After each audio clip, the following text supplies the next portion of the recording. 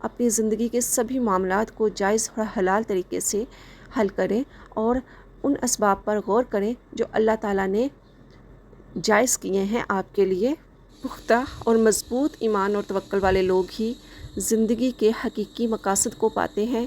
زندگی میں اصل کامیابیاں انہی کے حصے میں آتی ہیں اور محرومیاں، ناکامیاں یہ اپنے اوپر مسلط نہیں ہونے دیتے، مایوسیاں انہیں چھو کر نہیں گزرتی۔ کوشش کریں کہ آپ کا اٹھتا ہر اگلا قدم آپ پر ایمان اور توکل کے دروازے کھول دے، کیونکہ سانس آنے سے لے کر سانس جانے تک ہر معاملے میں ایمان اور توکل کی ضرورت ہے۔ ایمان اور توکل کے بعد دوسری سب سے اہم خوبی ہے جد و جہد کرنا۔ انسان کی پیدائش کے ساتھ ہی اس کی جد و جہد کا آغاز ہو جاتا ہے اور یہ جد و جہد زندگی کے ہر حصے میں، ہر موڑ پر، ہر طرح کے حالات میں ہر کسی کو کرنی ہوتی ہے۔ امیر، غریب، کمزور، طاقتور، مزدور، افسر، ہر انسان اپنی قسمت، اپنے حالات اور اپنے مقاصد کے مطابق اپنے اپنے دائرہ کار میں اپنے اپنے حصے کی جد و جہد کرتا ہے۔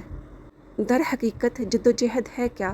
اگر کوئی انسان حقوق اللہ کی ادائیگی کے لیے اٹھتا ہے اور اللہ کو راضی کرنے کے لیے کوئی بھی کام کرتا ہے تو وہ جد و جہد میں ہے۔ اگر کوئی انسان اٹھ کے وضو کرتا ہے، نماز کی ادائیگی کے لیے مصلی بچھاتا ہے، مسجد کی طرف جاتا ہے اور نماز کے رکوع و سجود اچھے طریقے سے ادا کرتا ہے تو وہ بھی اس کی ایک جد و جہد ہے رب کو راضی کرنے کے لیے۔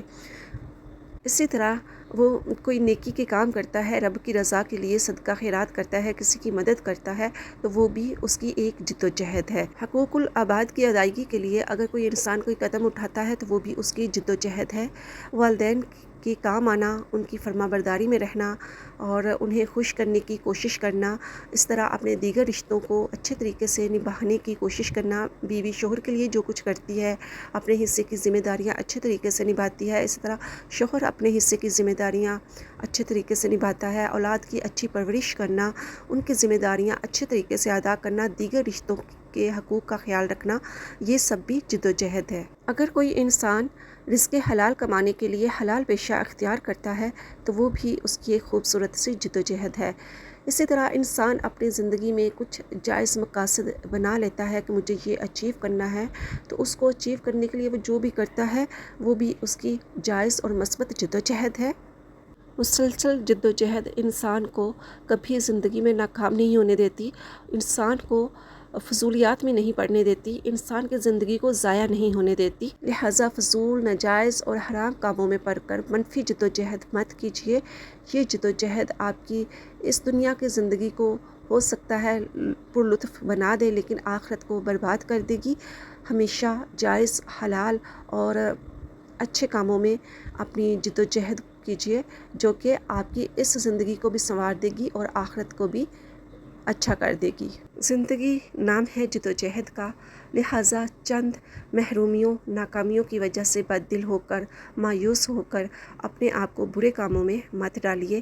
اپنی وہی اسٹرینتھ، اپنی وہی طاقت، اپنی محنت کو اچھے کاموں میں لائیے جسے آپ نے برے کاموں میں استعمال کرنا ہے۔ خود کو منفی اور غلط کاموں سے نکال کر اچھے اور مثبت کاموں کی طرف لے کر آنا بھی ایک جد و جہد ہے جو کہ بہت بہترین جد و جہد ہے۔ اس کے بعد زندگی کے اس پیچیدہ سفر میں انسان کے کرداری ذات راہ میں اخلاق حسنہ کا ہونا بہت ہی ضروری ہے۔ اگر آپ اپنی شخصیت میں اچھے اخلاق کو داخل کرنا چاہتے ہیں تو سب سے پہلے خود کو جھوٹ سے بچائیے۔ جھوٹ ہر گناہ کی جڑ ہے تقریباً۔ کیسے؟ جھوٹ، جب ہم ایک جھوٹ بولتے ہیں تو جھوٹ کے اندر ہی کئی طرح کے گناہ چھپے ہیں۔ اس میں بے ایمانی ہے، اس میں بددیانتی ہے، اس میں دھوکہ ہے، فریب ہے، جو اپنے آپ میں بہت بڑے گناہ ہیں۔ ایک ایسے گناہ ہیں جو کہ انسانی رویوں پہ منفی اثرات چھوڑتے ہیں اور انسان کے درمیان فسادات کو پیدا کرتے ہیں۔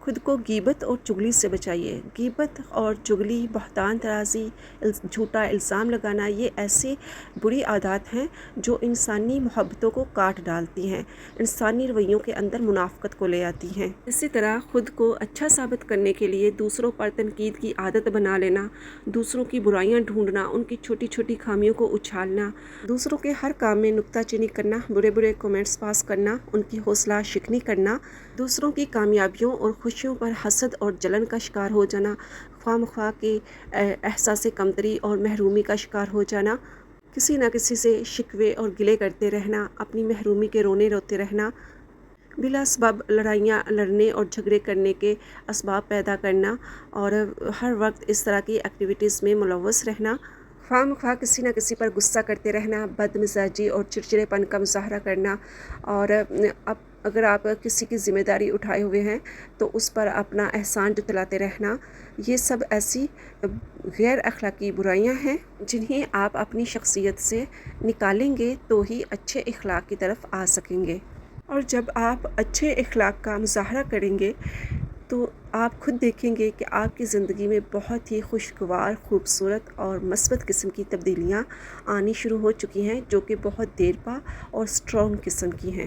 مجھے امید ہے کہ میری آج کی ان باتوں سے آپ نے کچھ نہ کچھ اچھا سیکھا ہوگا، کوئی نہ کوئی بات آپ کو توجہ طلب لگی ہوگی، اور اگر میری ان باتوں کی وجہ سے آپ کی شخصیت میں کوئی 1% بھی اچھی تبدیلی آتی ہے تو یہ میری ایک بہت بڑی کامیابی ہے، کیونکہ جب کسی ایک انسان میں بھی مثبت، اچھی اور اسٹرانگ قسم کی تبدیلی آئے گی تو اس کے ساتھ ساتھ اس سے منسلک لوگ بھی اس سے فائدہ اٹھائیں گے۔ یوں معاشرتی اصلاح کا ایک پہلو اٹھتا ہے، یوں اس طرح کی ویڈیوز بنانے کا جو مقصد ہوتا ہے وہ کچھ نہ کچھ پورا ہو جاتا ہے، اور یہی اصل میں ہماری کامیابی ہوتی ہے۔ اگر آپ کو آج کی یہ ویڈیو پسند آئی ہے تو برائے مہربانی کمنٹ سیکشن میں اپنی رائے دینا مت بھولیے۔ ویڈیو کو فرینڈز اینڈ فیملی کے ساتھ لازمی شیئر کریں، اور اگر آپ نے اس سے کچھ اچھا سیکھا ہے تو لائک کا بٹن دبانا تو بنتا ہے، اور میرے چینل کو لازمی سبسکرائب کریں مزید اچھی اور بہترین ویڈیوز کے لیے۔ Thank you for watching, take care, اللہ حافظ۔